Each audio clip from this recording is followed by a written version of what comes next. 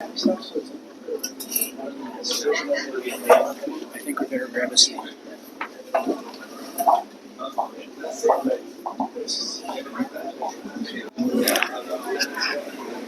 Ok, uno, dos, uno, dos. ¿Quieren? ¿Qué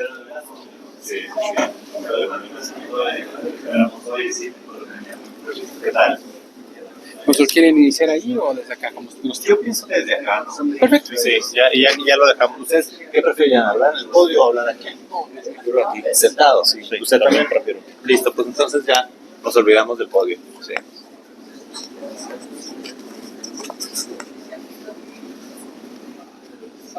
Vamos a esperarnos nada más a que me avisen para que esté la transmisión y que empecemos al mismo tiempo.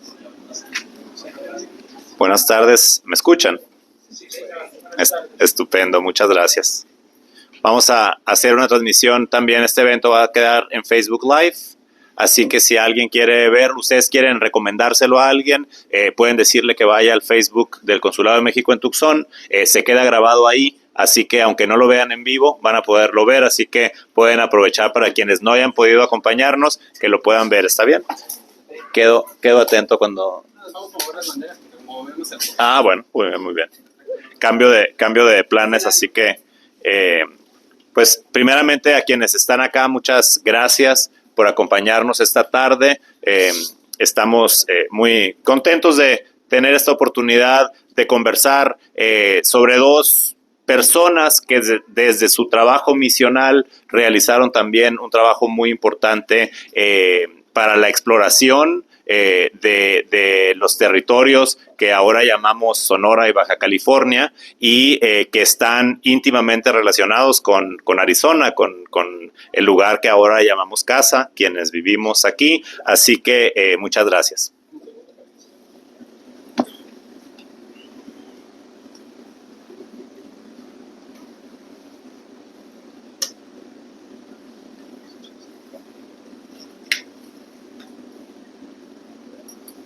Hola, muy buenas tardes a quienes nos acompañan también por redes sociales. Estamos el día de hoy en el Consulado de México en Tucson, muy contentos de poder presentar dos libros escritos por Carlos Lascano Sahagún, quien nos acompaña el día de hoy y podrá... Y podremos conversar sobre dos figuras históricas muy relevantes para nuestra región, particularmente entendida la región de Arizona como parte en su momento del noroeste de la Nueva España, posteriormente del noroeste de México y, bueno, eventualmente divididos por una frontera política, pero unidos por una cultura común, por una historia común, por una geografía, por una naturaleza común y sobre todo por familias en común que estamos de uno y del otro lado de la frontera. Me honro en presentar el día de hoy, por supuesto, al escritor de estos libros, Carlos Lascano Sahagún, quien nos acompaña desde Ensenada, Baja California, y que podrá conversar sobre el contenido, por supuesto, de estos libros. Y yo no quiero extenderme en esta presentación, voy a dejarle la palabra al padre Claudio Alonso Murrieta Ortiz, con quien además ya hemos compartido varios proyectos culturales. Uno de ellos fue la recuperación de un patrimonio cultural que era una pila bautismal que pertenecía a la misión de Caborca y que había estado por muchas décadas bajo el resguardo de la Asociación de Sociedad Histórica de Arizona, en el Museo de Arizona que está aquí en Tucson, que eventualmente, afortunadamente, ya está pues en el lugar donde es su verdadero contexto, que es la misión de Pueblo Viejo de Caborca, y eventualmente también sobre el tema de Cocóspera, otra de las misiones del Padre Quino de gran significación cultural para la región, ubicada en el municipio de Imuris, con quien tuvimos también la oportunidad de estar con el propio director general del INAH, y bueno, creo que todos estos temas que vamos a ver el día de hoy están relacionados, insisto, con esa historia común que tenemos en Arizona, Sonora y Baja California. Y sin más, quiero dar la palabra entonces a Claudio. Claudio, adelante, por favor, y posteriormente escucharemos a Carlos con mucho gusto. Un aplauso para ambos.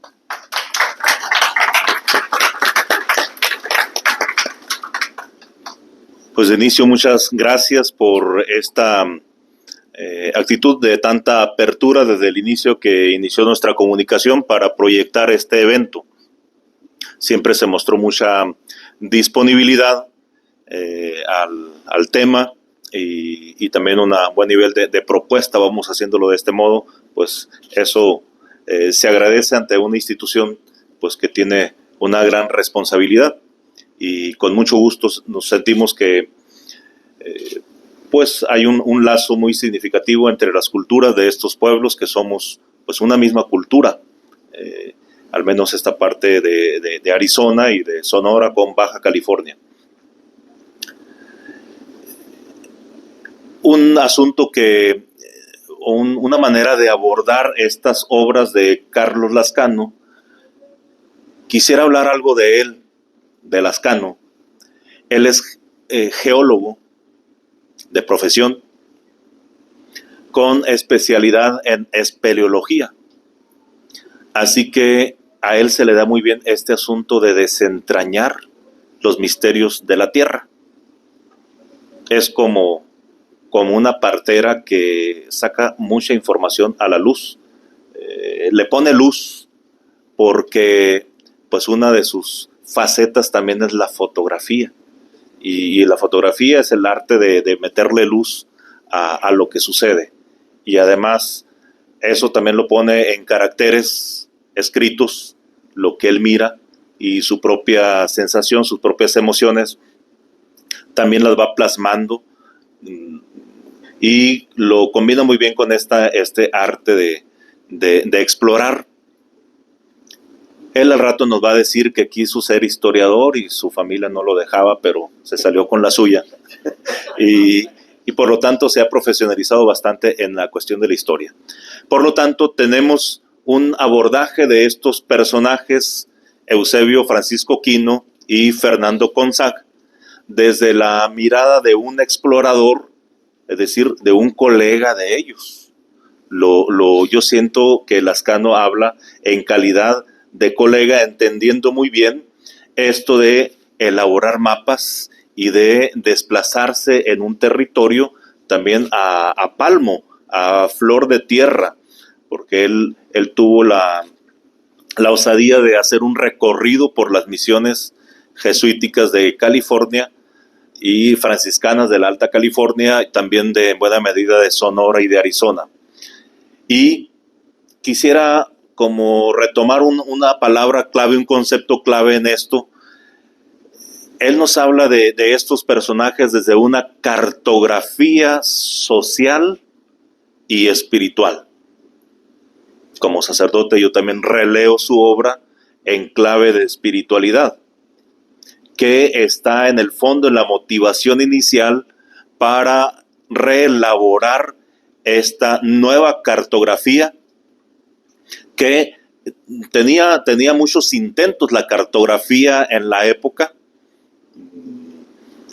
aproximaciones todas ellas, y estas personas hicieron un aporte muy significativo al grado de que su cartografía sigue influyendo también en las nuevas relaciones que se fueron desarrollando y que hasta la fecha tenemos.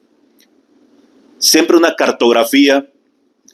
Me llamó la atención una vez que Lascano nos enseñó unos mapas y muchos de los mapas eran abiertos. Yo no había visto mapas abiertos o inconclusos. Gracias a la tecnología satelital ahora tenemos hasta todos los detalles de los mapas, pero en aquella época, pues, ¿qué sigue de aquí? ¿Quién sabe? Lo dejaban como los 3 puntitos en suspenso, y pues los mapas siempre necesitan marcos, sino como que quedan un tanto sueltos, dan esa sensación. Es la experiencia que me provoca al ver un mapa inconcluso. Pues aquí falta algo, para dónde le trazamos la ruta. Y en este caso, hablando de una cartografía que tiene su origen en una espiritualidad, hay unos marcos que a estos personajes los llevaron a marcar un derrotero, a moverse con un derrotero. En primer lugar, su conciencia de los propios límites y sus alcances. Si bien todo misionero es un soñador, es muy utópico, tiene siempre metas muy, muy altas, horizontes muy lejanos, Quino lo tenía, y siempre vivió como en pro de ese horizonte de ir a China. Era su máximo horizonte. Sin embargo, la conciencia de finitud de sus propios límites lo llevaron a trazar una geografía, una cartografía, muy, muy concreta. La experiencia espiritual de Quino estuvo marcada por sus propias crisis de salud y que lo marcaron también existencialmente. Conciencia de límites y horizontes, datos necesarios, elementos necesarios para elaborar una cartografía. Segundo, dentro de estos marcos también está algo muy jesuítico que lo descubro en estas obras, porque en buena medida, como dice Rafael Murrieta Zelaya, aquí presente mi papá, esta obra se lee por gramos, no por páginas. La primera vez que le pregunté cómo te está yendo en la lectura, pues ya llevo medio kilo, me dijo. Por cierto, en muy corto tiempo, ¿sí? ¿Y qué les iba a decir de esto? Lo que descubro en estas obras es precisamente, hay mucha información de primera mano. Algunas de ellas eran cuestiones inéditas, o al menos no me los había topado tan a la mano. Para mí es como también una caja de herramientas. Quienes quieran acercarse a conocer vida y obra de estos personajes, pues aquí tienen fuentes de primera mano, y se las debemos a un estilo muy jesuítico en ambos casos. El asunto de la transparencia, de la honestidad, le llaman los jesuitas, Ignacio de Loyola lo pone como un dar cuenta de conciencia. Es un acto de honestidad, porque la obra pues no es suya, aunque haya muchas inquietudes, muchas pasiones personales. Ellos trabajan para una obra más grande y que está redireccionada ante un sentido último: la rendición de cuentas para consigo mismo, que en los diarios van documentando esto. Los diarios de los exploradores en buena medida obedecen a esa rendición de cuentas hacia uno mismo, y permite pues no perder el rumbo, mantenerse siempre en relación con aquella experiencia fundante, dirían estos misioneros, experiencia fundante en la vida. Segundo, una rendición de cuentas ante la autoridad más inmediata, y pues bueno, con ellos negociar, con ellos desde estas fronteras, pues contarles lo que es viable, lo que no, y tomar decisiones y acatarlas aunque no les convencieran del todo. Y tercero, pues está la rendición de cuentas, siendo honestos ante Dios, que es el que está como principio y fundamento. Entonces son muy, muy interesantes, altamente recomendables estas obras de Carlos Lascano, y pues mejor que él nos los platique, ¿sí?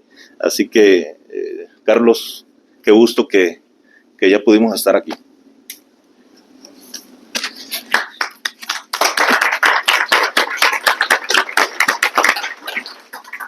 Muchísimas gracias, buenas noches. Muchísimas gracias a don Rafael Barceló por permitirnos este espacio. Gracias a ustedes por su presencia. Gracias al padre Vicente López, al padre Germán y al padre Claudio Murrieta, ¿verdad? Que ellos facilitaron que se hiciera esta presentación ante ustedes. ¿Sí?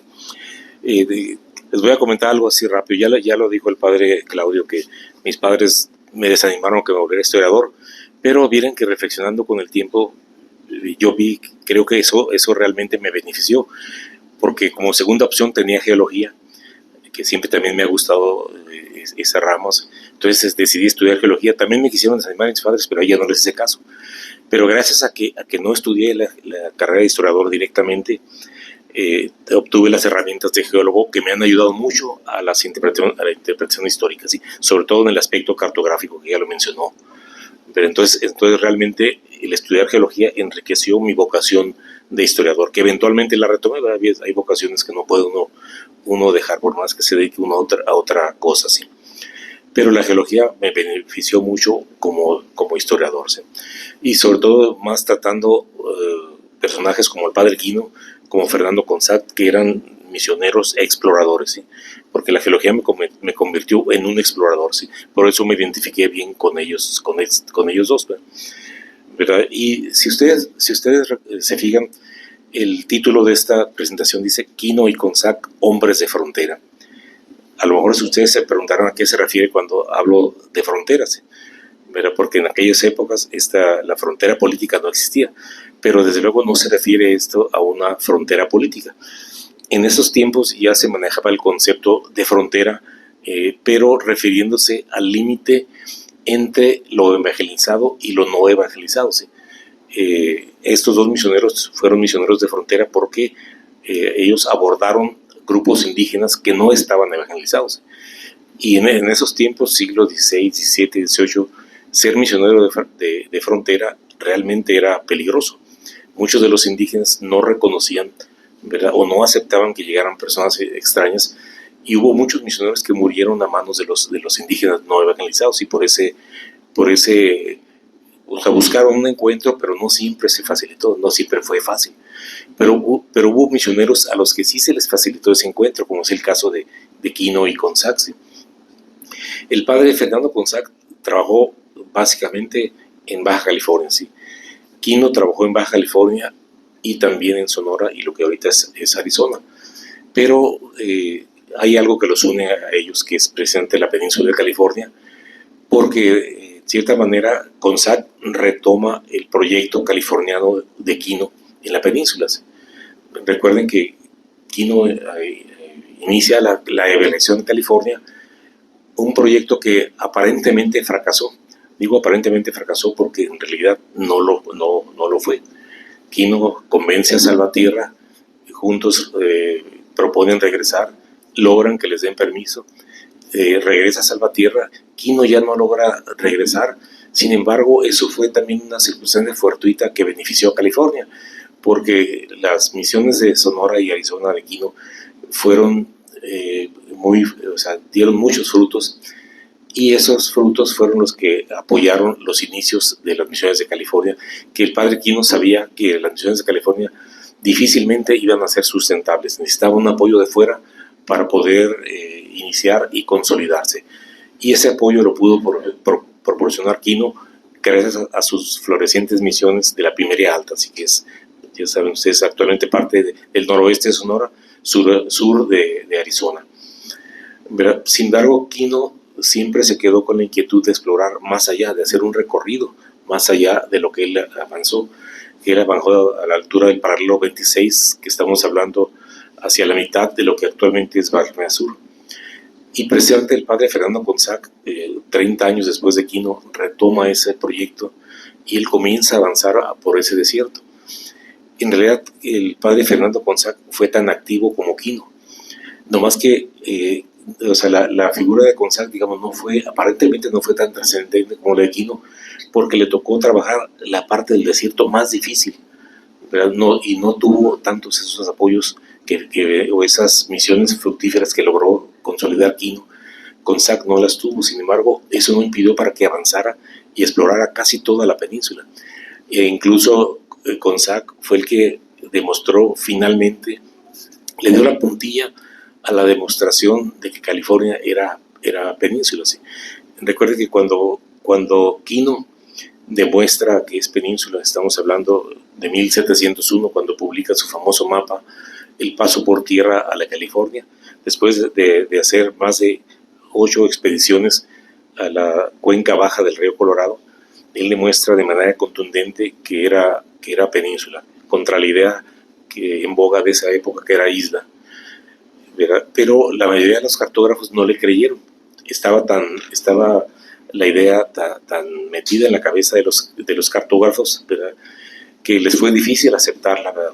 La empezaron a aceptar muy poco a poco, ¿verdad? Y entonces el padre Consac en 1746, o sea, 40 años después de Quino, hace una expedición precisamente para volver a demostrar para quitar esa duda, ¿sí? Y lo demuestra contundentemente haciendo un mapa presente muy, muy preciso, ¿sí? tanto Quino como Consac ambos eran cartógrafos y fueron de los mejores cartógrafos del noroeste de la Nueva España. Sí, y hace esta exploración a fondo desde la misión de San Ignacio, que estamos hablando de la parte norte de Baja California Sur, hasta llegar a la cuenca baja del río Colorado. Lo hace por mar y también lo hace por tierra. Y su mapa fue la puntilla, y fue muy publicado tanto como el de Quino. Y a partir de ese mapa, el rey de España publica un decreto donde ya confirma, ordena que se acepte la península de California. Digo, porque precisamente por las muchas dudas que había con respecto a los trabajos de Quino, ¿verdad? Que fueron muy buenos, pero seguía planteada la duda entre tantos cartógrafos que había, y sobre todo más de 100 años de haberse pensado que era una isla. Estaba demasiado, era un paradigma difícil de romper, ¿verdad? Y entonces el trabajo de Consac y el de Quino tienen ese paralelismo, pero la parte más interesante que los une es precisamente su relación con los grupos humanos, con los indígenas. Ambos trabajaban, o sea, fueron misioneros por amor a los indígenas, ¿verdad? Lo manifiestan Quino en muchos de sus textos, igual de Consac. ¿Sí? Aquí estamos presentando un resumen. Ya anteriormente publiqué un libro no tan grueso como el de, este es de 2 kilos, el de Consac era de 1 kilo. y este es un resumen precisamente, que actualmente estamos elaborando un resumen de este otro para que esté a un público más amplio. Este trabajo es, aunque es accesible al público, pero es más académico, ¿sí? Y queremos hacer un texto que sea más fácil todavía la lectura a un gran público y más reducido, ¿sí? Entonces ese paralelismo entre el trato que le da Consac a los indígenas también lo encuentro con Quino, ¿verdad? Ese amor manifiesto, ¿verdad? Aquí yo publico algunos testimonios que hablan sobre el amor de Consac por los indígenas, ¿sí? Mencionan que hubo algunos misioneros que pensaron que Consac trataba demasiado bien a los indígenas y pensaron que estaba loco, porque si alguien le pedía auxilio, Consac hacía cabalgatas de 2-3 días para ir a atender a alguien, ¿sí? Y además comentan que Consac tenía preferencia sobre los indígenas, los más repudiados por los mismos indígenas, ¿sí? O sea, los mismos grupos indígenas, los cochimíes con los que trabajó Consac, al igual que Quino, ¿sí? Los cochimíes, cuando alguien era desahuciado, lo cual era frecuente, lo abandonaban en el desierto, ¿verdad? Hasta que se moría. Consac es a los indígenas que buscaba siempre, a los que estaban desahuciados, y salvó muchas vidas así, ¿verdad? Porque los rescató de una manera amorosa, los cuidó, ¿verdad? Y hay algunos testimonios de algunos que se le murieron, pero Consac se quedaba con ellos hasta que se murieran, pero cuando no podía hacer nada por ellos más que consolarlos en esos momentos últimos de su muerte, ¿verdad? Y no es de extrañar lo que nos dice el testimonio de otro misionero, Miguel del Barco, que escribió una magna obra sobre la historia de las misiones de Baja California, ¿sí? Miguel del Barco fue de los jesuitas expulsados, y él comenta en su libro que cuando Consac murió en 1759 en la misión de San Ignacio, los indígenas estuvieron llorándole durante meses, y se iban a la misión y nomás veían el antiguo cuarto del padre Consac o su tumba, lloraban, dice, y de una manera que daba lástima, dice, que quedaba expresado el amor que habían sentido por Consac, por la manera en que él los trató, precisamente así.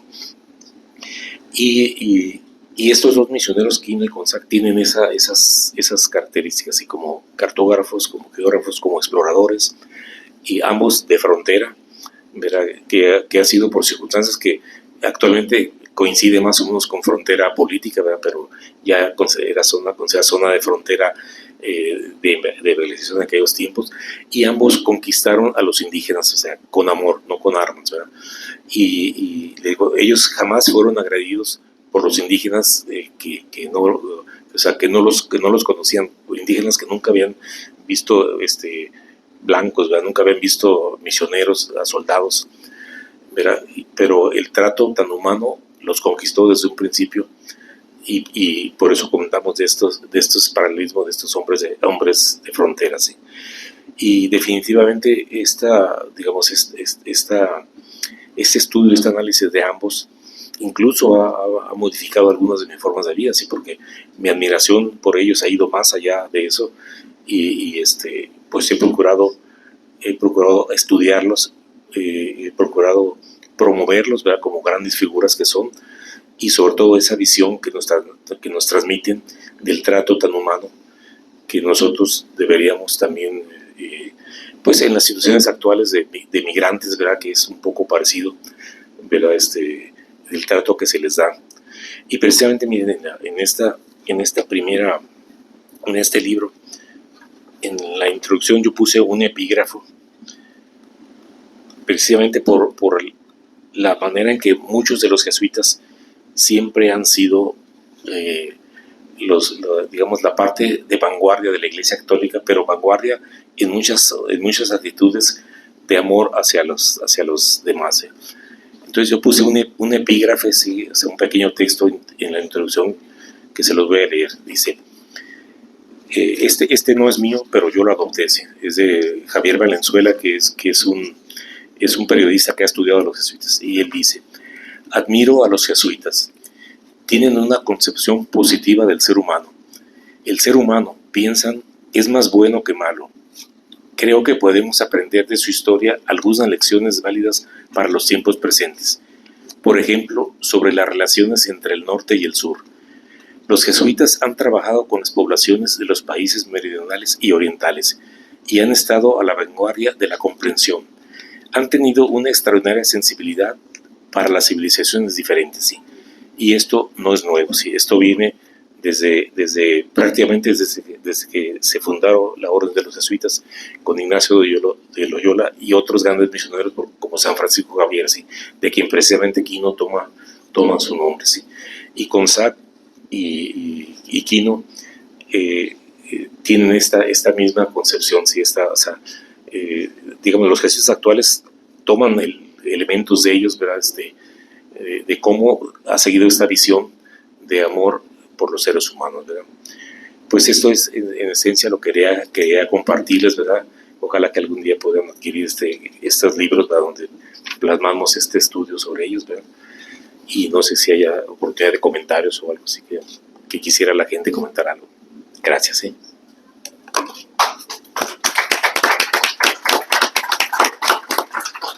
Sí, absolutamente. Si alguien quisiera hacer preguntas, comentarios al respecto, continuar la conversación, por favor, adelante.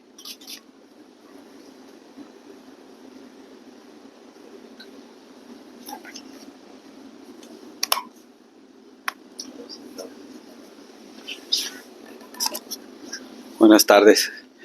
Felicito por su obra. Muchas gracias. Luis Fernando Parra, servidor nogalense.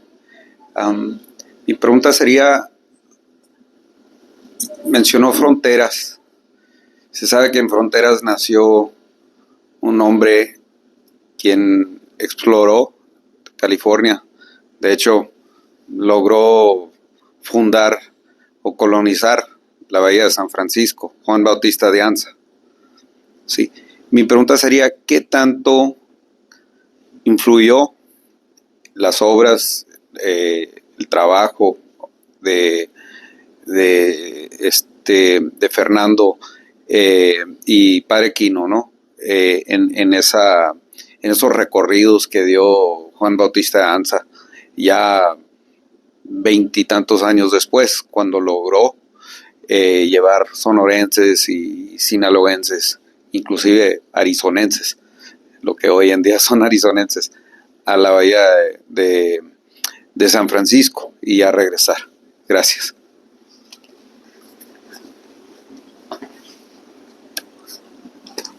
Sí, recuerden que Juan Bautista de Anza hizo 2 expediciones para llevar a pobladores a la Alta California en 1774 y 1776.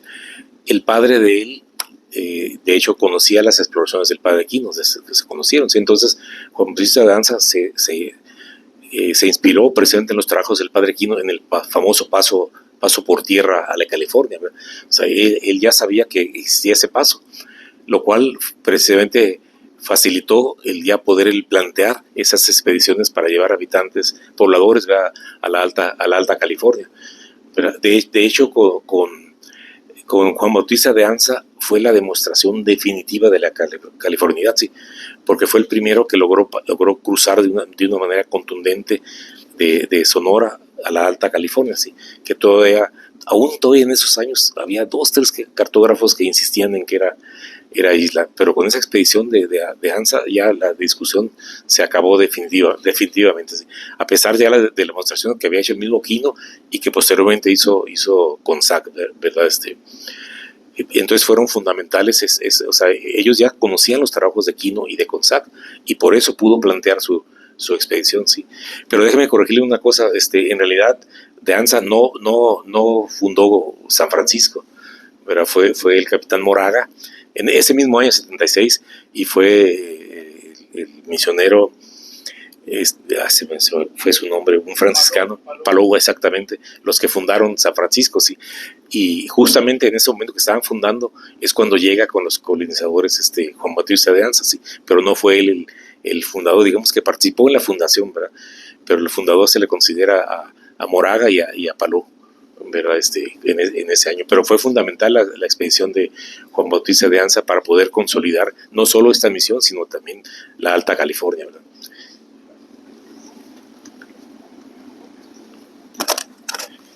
Abonando a esta distinción que haces, que me parece interesante, entiendo entonces, al menos dos modelos, ¿no? Si Consac, si Quino estaban recorriendo estos territorios, creo que parece su principal objetivo era evangelizador.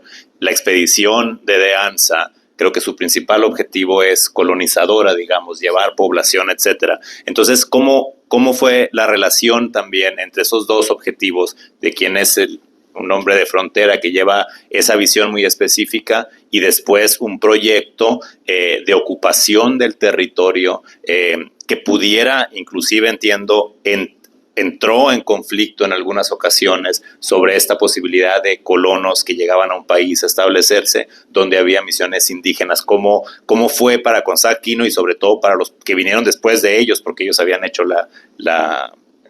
el trecho inicial, pero después vendrían las complicaciones, supongo.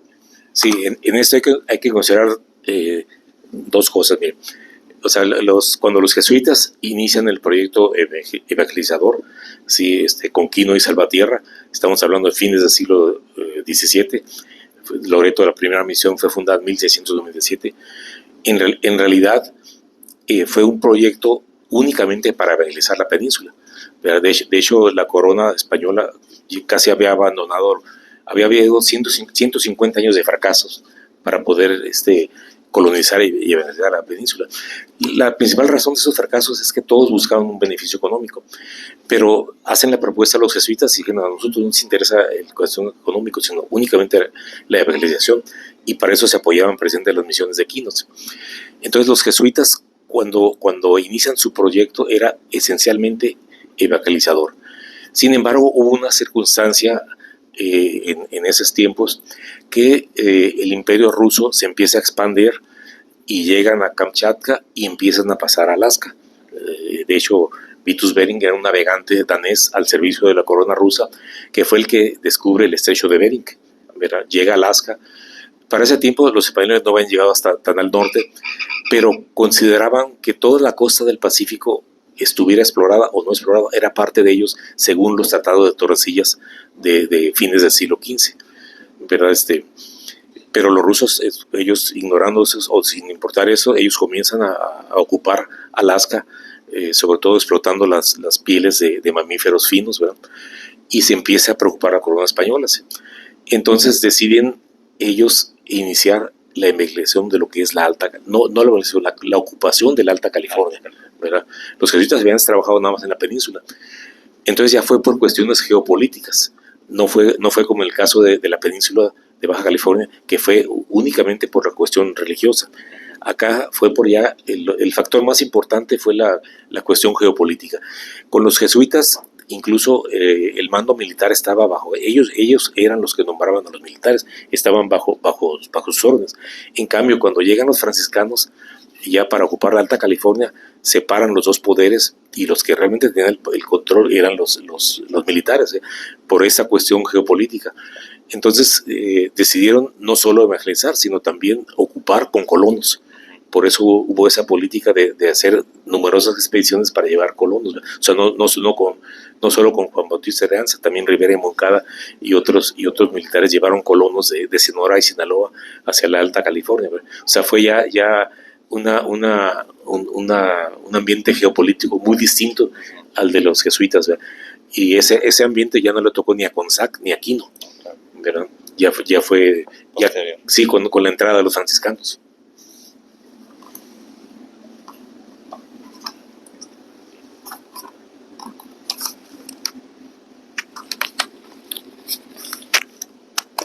Sí, buenas tardes. Consac no conoció a Quino, ¿verdad? Ni Quino conoció a Consac. Son tiempos distintos. La pregunta va si en los recorridos de Consac por la Baja California Norte, él ya oía hablar a los nativos en cuestiones de Quino. No, es que por aquí anduvo Quino. No sé si encontraste algunos documentos relacionados con eso, de cómo se expresaban los nativos de la Baja California Norte, los Kumeyays. No sé si habían oído de Quino en esa época y si Consac escribió algo al respecto. Sí.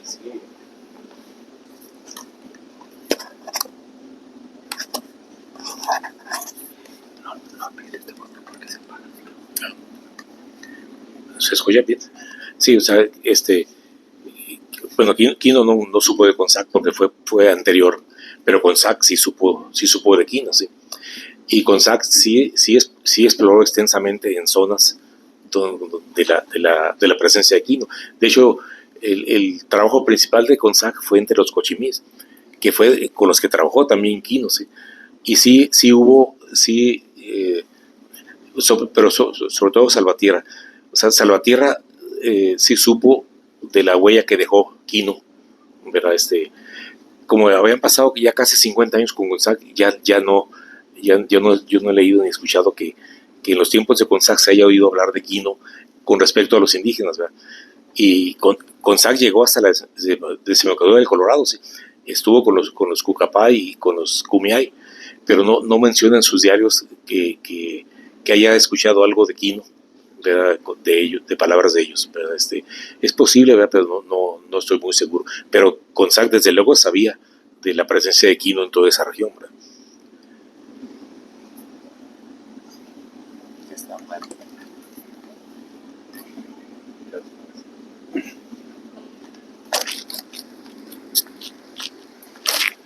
Gracias, buenas tardes. Muchas gracias por estar aquí y hablar de sus libros aquí. Si me puedes ayudar un poquito, Consul, si no lo puedo decir.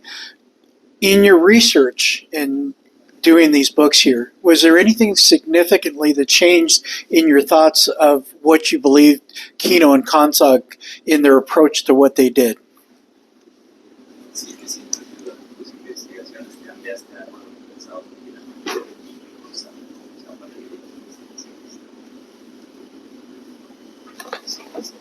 Te lo regreso. Sí, desde luego. La modificación más importante, cuando yo comencé a hacer el trabajo de Quino, ya había hecho el de Consac, o sea, primero, pero en realidad este estudio lo comencé con cierta flojera, porque hay tantos libros de Quino que yo pensé que no se podía aportar nada nuevo. Pensé que ya todo lo que se había hecho Quino ya estaba registrado. Y si no había un libro de Quino en California, pensé que no se había hecho porque no había suficiente material o fue tan poco lo que hizo que por eso no había. Pero al estar investigando me di cuenta que no era así, ¿verdad? Que había mucha información nueva, ¿verdad? Que hizo bastante en California, pero lo más importante es que todo lo que hizo con la pimería lo hizo pensando en California. Pero eso los historiadores de Sonora y de Arizona no sé si no lo notaron o no lo dijeron, ¿sí? Entonces yo pongo, o sea, la pimería no se explica sin California, porque todo lo que hizo en la primería era para apoyar California. Y la respuesta es la siguiente: Quino se enamoró de los indígenas de California. O sea, él estuvo 3 años en Baja California. Ahí es donde se inicia como misionero. Él comenzó a evangelizarlos, a trabajar con ellos. Trabajó con 2 grupos, Guaycura y Cochimíes. Él los comenzó a preparar porque hubo la disposición de los indígenas a recibir la evangelización y el bautismo. Él pudo haber bautizado miles, pero no lo hizo porque sentía que el proyecto estaba endeble, no estaba bien consolidado. Y no estaba bien consolidado porque en ese momento los soldados sí eran los que eran los directores del proyecto, digamos. Y los soldados le echaron a perder mucho aquí el avance, porque los soldados veían a los indígenas como enemigos, pero los misioneros lo veían como amigos, ¿verdad? Entonces Quino preparó a los indígenas al punto ya listo para dejarlos bautizados, ¿verdad? Pero sentía que el proyecto no estaba bien consolidado y fracasó, ¿verdad? Entonces, cuando fracasa el proyecto, Quino pide estar en Sonora. ¿Por qué? Porque era lo más cercano a California y él quería volver en la primera oportunidad para no dejar abandonados a estos indígenas que ya estaban listos. O sea, no los quiso bautizar porque dijo, si los bautizamos y nos vamos, van a quedar como cristianos sin una guía, abandonados, ¿verdad? Entonces, por eso él insistió en regresar. Finalmente no logra regresar él, pero sí continuó el proyecto misional con Salvatierra, ¿sí? que era realmente lo que quería Quino, que el proyecto no se abandonara, ¿verdad? Y estuvo bien, como les mencionaba, que no regresara porque sus misiones de Sonora fueron tan florecientes que pudo apoyar todo el proyecto misional de California, ¿verdad? Y le dijo, y constantemente Quino está pensando en California, siempre. Incluso sus exploraciones en las que demuestra que Baja California es península y no isla, no lo hizo porque fuera un gran cartógrafo, un gran científico, que quisiera él tener fama. No, lo hizo porque pensaba que por tierra iba a ser una ruta más fácil para aprovisionar las misiones de California. Pero todo su trabajo de la primería estuvo en función de California. ¿Sí? Es lo que demuestra la tesis principal de este libro, algo que los historiadores anteriores no habían notado. Sí, digamos, es lo que aporta. Cuando lo presentamos hace poco en Sonora, es lo primero que me preguntó el obispo de Trento: oiga, señor Lascano, aquí tenemos 20,000 libros de Quino, ¿qué ofrece nuevo este libro? ¿Verdad? Y ya les expliqué esto que les acabo de decir, ¿verdad? Esa fue ahora, con respecto a CONSAC, también modificó. Yo conocí a CONSAC porque recorrí a pie toda la península de Baja California siguiendo los diarios de los misioneros, y especialmente me interesaba el de CONSAC porque él exploró la parte más difícil. Entonces yo me pregunté, bueno, ¿quién se viene desde Europa teniendo estudios académicos de nivel de doctorado, abandonando a su familia, a su patria? Porque entonces eran misioneros que abandonaban para siempre su tierra, ¿verdad? Y los historiadores académicos me decían, no, es que ellos eran como piezas del rey de España para poder dominar mejor a los indígenas. Y dije, bueno, yo no creo que alguien se haya venido abandonado su tierra, su patria, nada más para eso. Y al leer ya los testimonios, yo vi que lo hacían por amor, por una fe tremenda, ¿verdad? Que les hizo explorar, porque les hizo amar a los indígenas, ¿verdad? Y eso a mí me transformó, eso a mí me cambió, ¿verdad? Mucho mi concepción, ¿verdad? Y de respeto y de amor por ellos también, ¿verdad? Y le atinaste porque Manny es de California también, así que tenemos aquí también a Celestino y Mariana, que vivió en California, así que muchas relaciones. Había una pregunta más por acá, ¿verdad? Gracias. Pues muchas gracias por la presentación. Yo tenía curiosidad de tantos temas, por estudiar de tantos temas de los cuales se pueden investigar. ¿Por qué Quino? ¿Por qué CONSAC? Y cuál es el motivo por el que lo quiere dar a conocer al mundo, y cuál es la motivación de seguir investigando, seguir conociéndolos.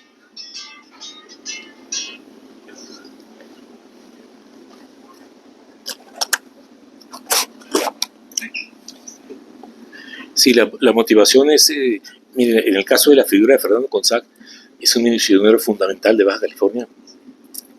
Yo comencé a estudiarlo porque era totalmente desconocido.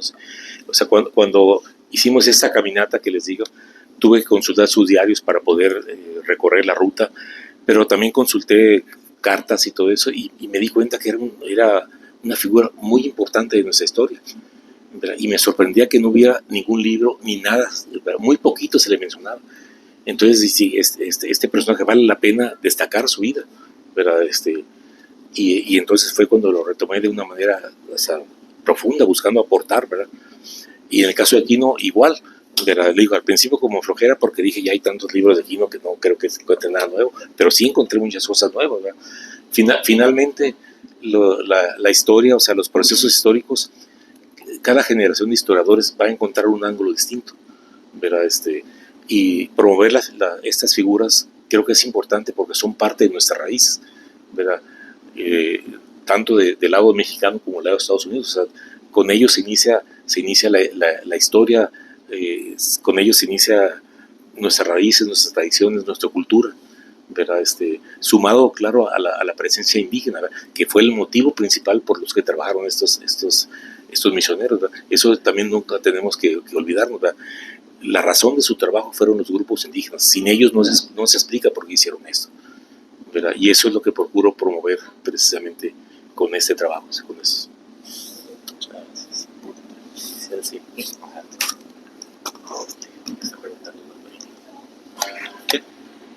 ¿Alguien más? Bueno, no sé. Gracias. Buenas noches, gracias por estar aquí. Mi pregunta es, ¿cómo armonizar el pensamiento evangélico con las creencias de los pueblos originarios y el pensamiento colonizador con el amor de Aquino y Consar?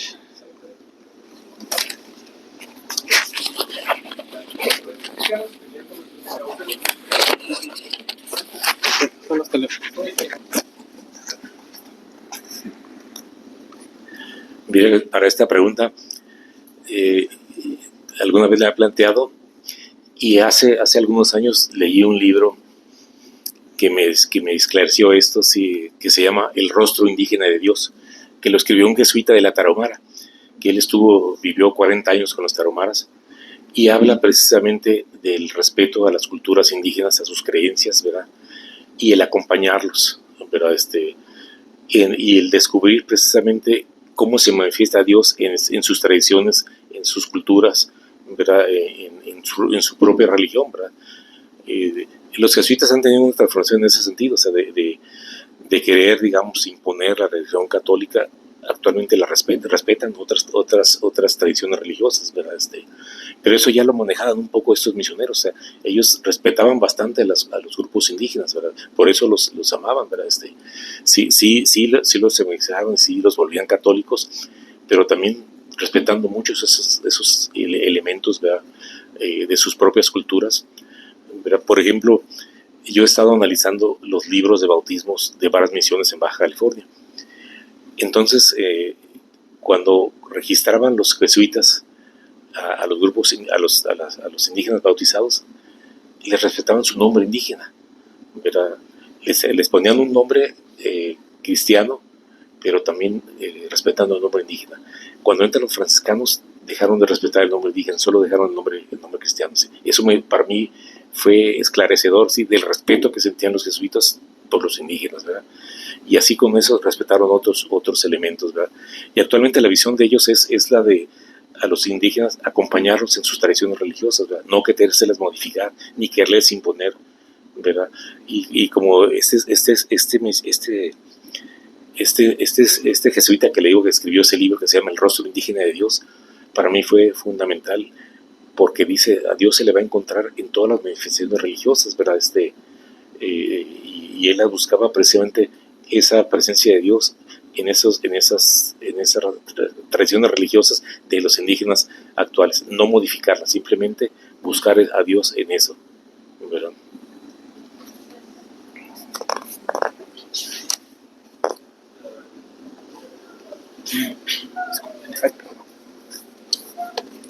Nosotros conocemos al padre Aquino como un misionero que vino a evangelizar. Ahorita he oído que hay un movimiento entre los jesuitas en la Ciudad de México que dicen que Padre Quino no vino a evangelizar, sino a colonizar. ¿Nos puede decir algo acerca de esto? Sí.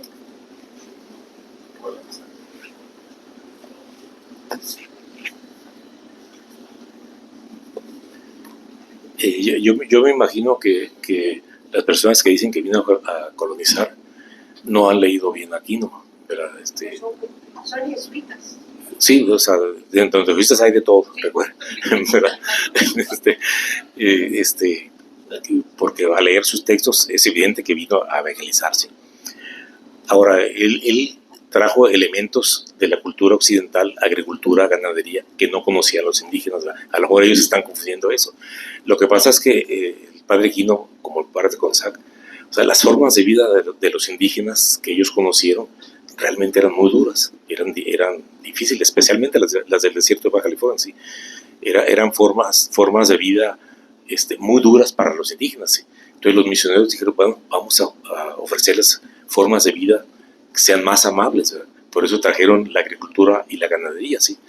Pero en el caso de Quino, no con la idea de colonizar, de traer colonos. De hecho, en Baja California los misioneros, por la experiencia de Sonora y Sinaloa, no permitieron que llegaran colonos a Baja California, ¿sí? Ellos impidieron, mientras estuvieron ahí, impidieron que se metieran colonos a Baja California, que solo evangelizaron y les transmitieron la cultura, los elementos de la cultura occidental para poder ellos vivir de una manera mejor, ¿sí me entiendes?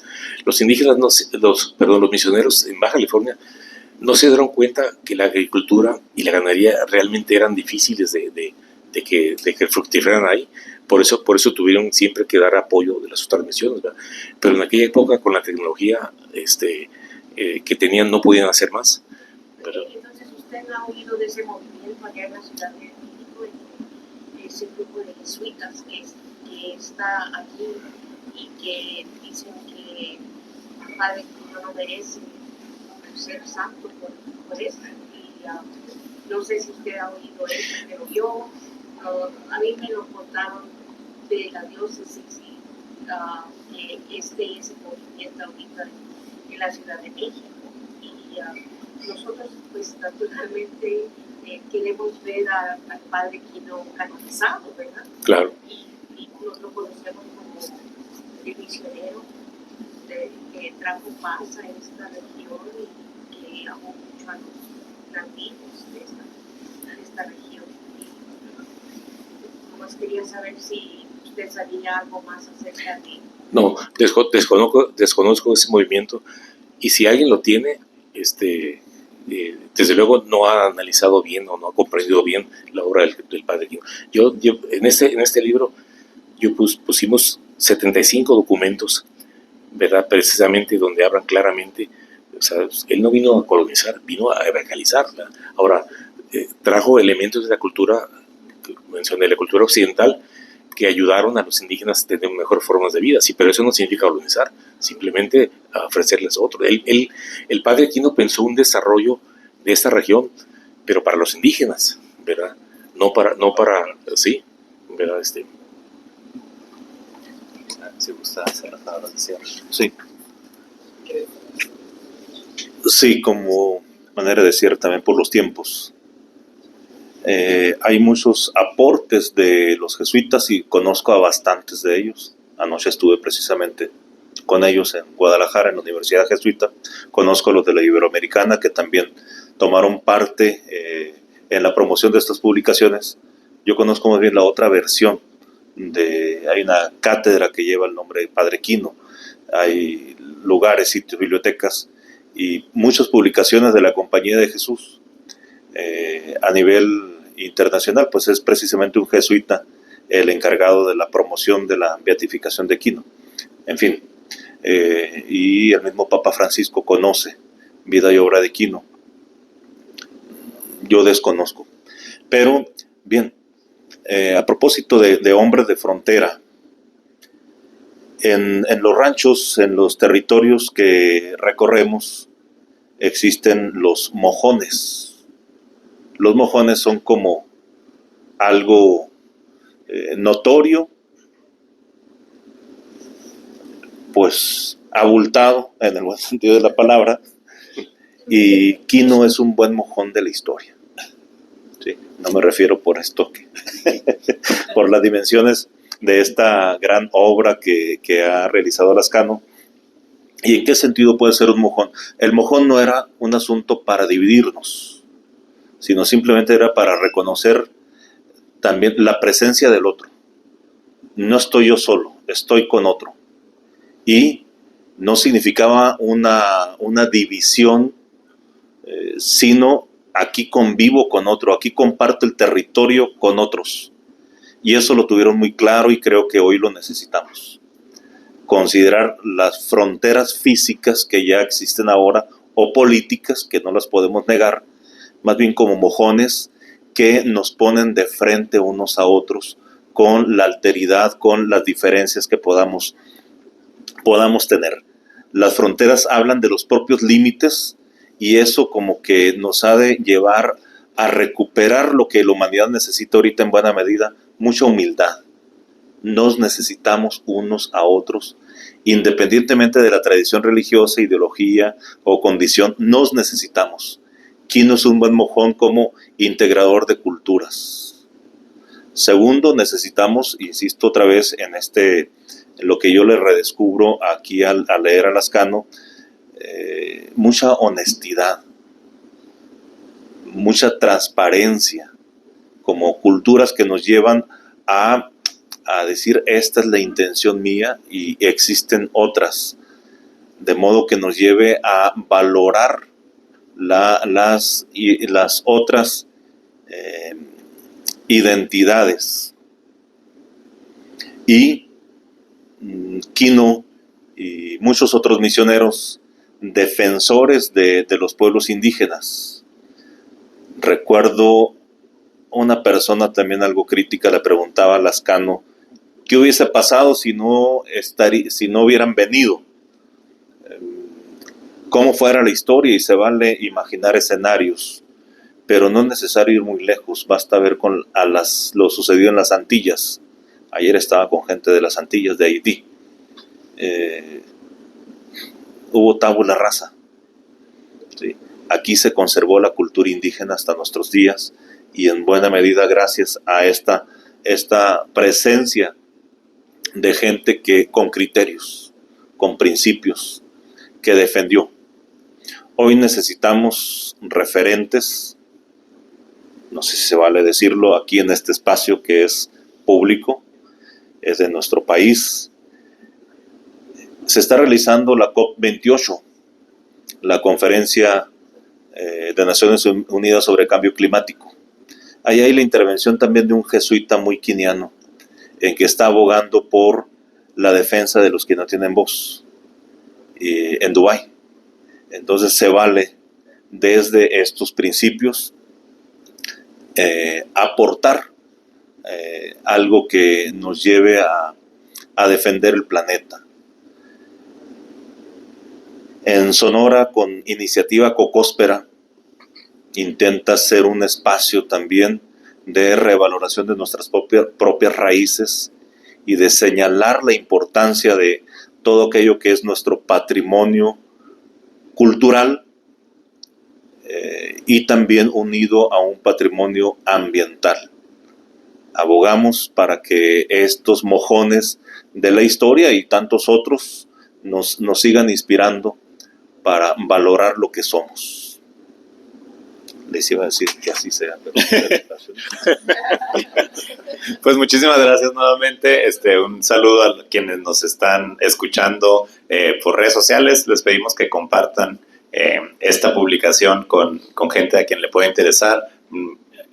Testimonios muy interesantes sobre dos personajes muy relevantes para la región que ahora habitamos y sobre todo para este entendimiento de la diversidad constante del hogar, de esta tierra que llamamos casa, que sigue siendo un espacio de frontera y sigue siendo un espacio de encuentro de lo diferente. Así que nuevamente muchas gracias, Carlos, muchas gracias, Claudio.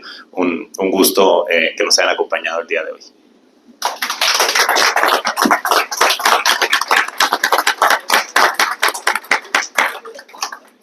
Muchas gracias, Rafael. Al contrario, muchas gracias. No, es grandísimo.